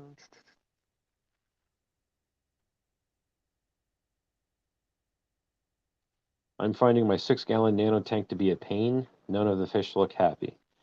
Yeah, and that's the thing that's really hard about small aquariums is there's not a lot of stuff that you can put in them that is generally going to make the fish appear happy, because they've only got a space this big to swim around in. And I mean, it's nothing against your choices and the fish and the tank size that you chose. Just generally speaking, larger tanks tend to look better because, like what you see behind Tim, the fish have a lot more space to move around in.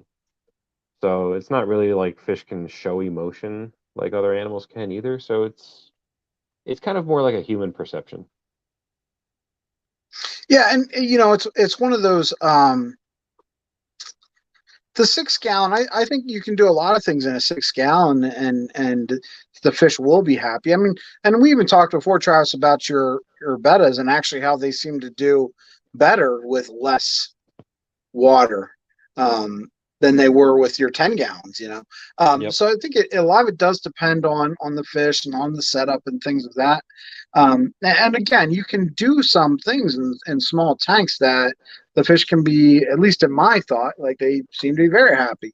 But it is more difficult. It is. I mean, everything about keeping fish in a smaller space makes it more difficult. But I think that's probably true with any animal. There's a reason people that have small houses like to have small dogs, and if you have a mansion, you can have a Great Dane. Like it just, it's that, yeah, the more room for an animal, the easier it is to keep them. And you have to base it upon, what you have the space for, Hmm. I mentioned before, I rent a house. Well, I don't own a dog. I would love to own a dog, but I rent, so I don't. And just because I don't feel like I have the room to be able to give a dog, at least not the kind of dog that I would want. I don't want a little Shih Tzu or that's not my kind of dog. I want something like a lab or something, and I don't have the space to really, at least in my mind, give that animal. So, same thing with fish, it really depends on what you have there.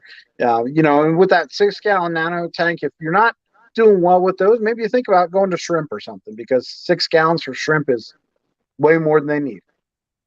Yeah, definitely.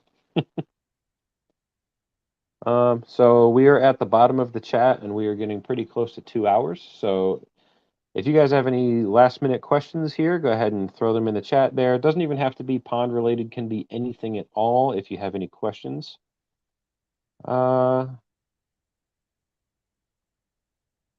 What does a 6 UK gallon translate into US? So is that like an imperial gallon? I have no idea. I don't know how that works.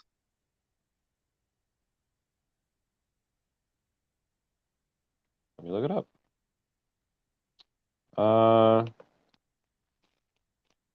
So if it's an imperial gallon, 6 imperial gallons is 7.2 US gallons.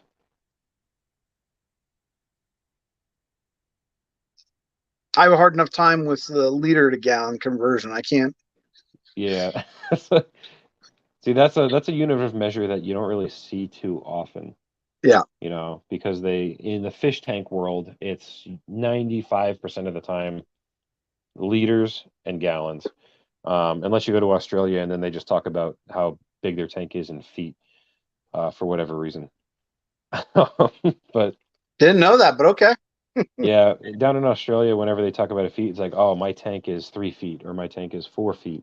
And I guess their standard sizes down there have 1, 2, 3, 4, 5, and 6 feet, and that's basically like your standard size. Um, I'm not sure why, but that's just how they do it.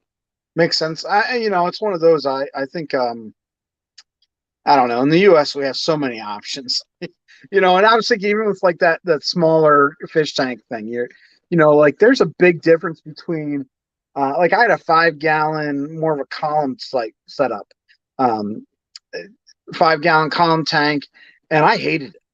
It was Hmm. hard to plant anything. It was, hard to put stuff in.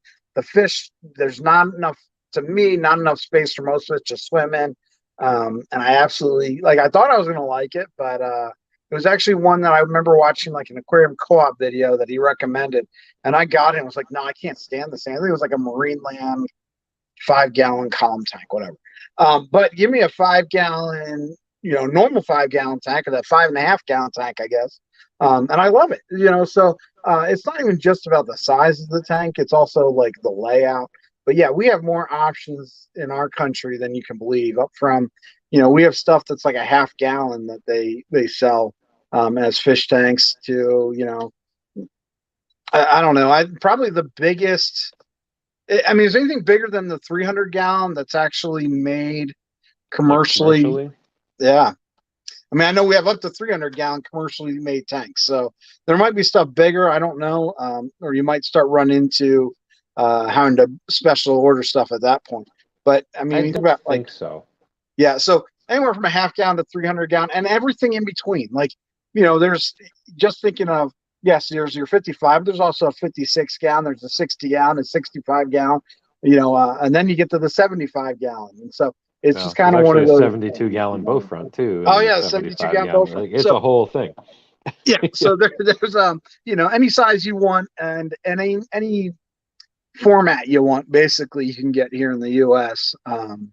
You get the corner tanks, and you get whatever, like I said, whatever you want. But I almost wish it was more of that, like, oh, here's 1 foot, 2 foot, 3 foot, 4 foot. It would just make it a lot easier, I think, when you start talking about stands and trying to do multiple tanks on stands and things of that nature. So Yeah, and the other thing too that a lot of people in the U.S. don't realize, and I'm noticing this, and it's just a thought I had because we're talking about different tanks and like availability, is the price point of a lot of tanks in the US are like a small percentage of what others are outside of the US. Oh yeah. So for example, like even Canada, right? It's not even just like the northern like North America. It's just the United States. So I'll use Canada as an example because we go there so I can personally see the price difference. The fish are all about the same price, right? It's not that big of a deal as far as fish go. But for equipment, the price is up there. And I know in Europe it's really high. But so if I was to go right now to say PetSmart and buy a 55-gallon setup with the tank stand and everything, you're probably looking about $400. Now, if I was to go to Canada with $400 and say I want a full setup, I'd probably end up walking out of there with a 20-gallon, maybe. You know, it might even be a 15. So it's pretty crazy the price difference that you've seen between us and other people. And I see all the time people arguing like, "Oh, you could do a much better job, you know, providing for that fish, give it a bigger environment." And a lot of times in other countries, if these people don't live in the United States, they just can't afford it. Yeah. You know, it's crazy. Like, Well, when you I were in know. Canada, was this the same quality of tank? Because I think the other thing is, like in the U.S., and again, this depends on where you live. If you live in New York City, if you had a 1,200 square foot apartment, you'd be like, wow, that's huge. But if you live out in the middle of the country, 1,200 square foot apartments, yeah, that's pretty average size. And so when you're talking about size, like I've got a 4 foot tank behind me. That's not that. I mean, it's a good size. Like, don't get me wrong, but it's not like for my apartment, it's not like, whoa, that takes up the whole thing. But if Yeah. you're in New York City and you put a 400-gallon or a 75-gallon tank in your, 400 square foot apartment, then yeah, it is a huge thing. It takes up big chunks. So I know a lot of places in the world live in much smaller places. But I was also wondering with Canada, did you find that the tank quality, because these tanks, yeah, like they're not that expensive, but and you'll know, like when you look at our glass, a lot of this glass has definitely got a lot of a green hue to it. It's not Hmm. super clear Yeah, it's got a glass. lot of Now iron in it. it's right. It's not the high end glass. Now in Canada, was it the exact same tanks that we have here in the U.S. or was it? For the most part, yes. A lot of it has to do with the difference in economy. So I know where we go in Canada, we go to Ontario, and minimum wage up there is usually like $15 an hour, somewhere in there. Plus, they have the free healthcare that they have, and all that. And because their economy is so much higher than ours, the price of everything is higher. Yeah. So like a gallon of gas, even before this recent spike that we had in gas prices around the US, Canada was still paying over $4 a gallon. I think they pay by liter, but when we go up there, it's always like $1.27 a liter, and it's 3.8 liters as a gallon. So you're looking at like $5 a gallon of gas. And right now they're paying closer to $8 a gallon of gas, and we're complaining about like 4.25 here in the United States. So everything up there is way more expensive just because of the way that their economy is. And I imagine it's the same way in most other places around the world. And it's the same equipment. It's just the way everything is up there. Yeah. Um, all right, so we're approaching 3 o'clock. I think we're gonna call it quits at three. Does that sound good to you? It sounds good to me. All right, so um, let's see. Please do more streams than one a month. I keep Yeah. trying to get Travis to do them. I've got a lot of stuff going on. I'm very busy.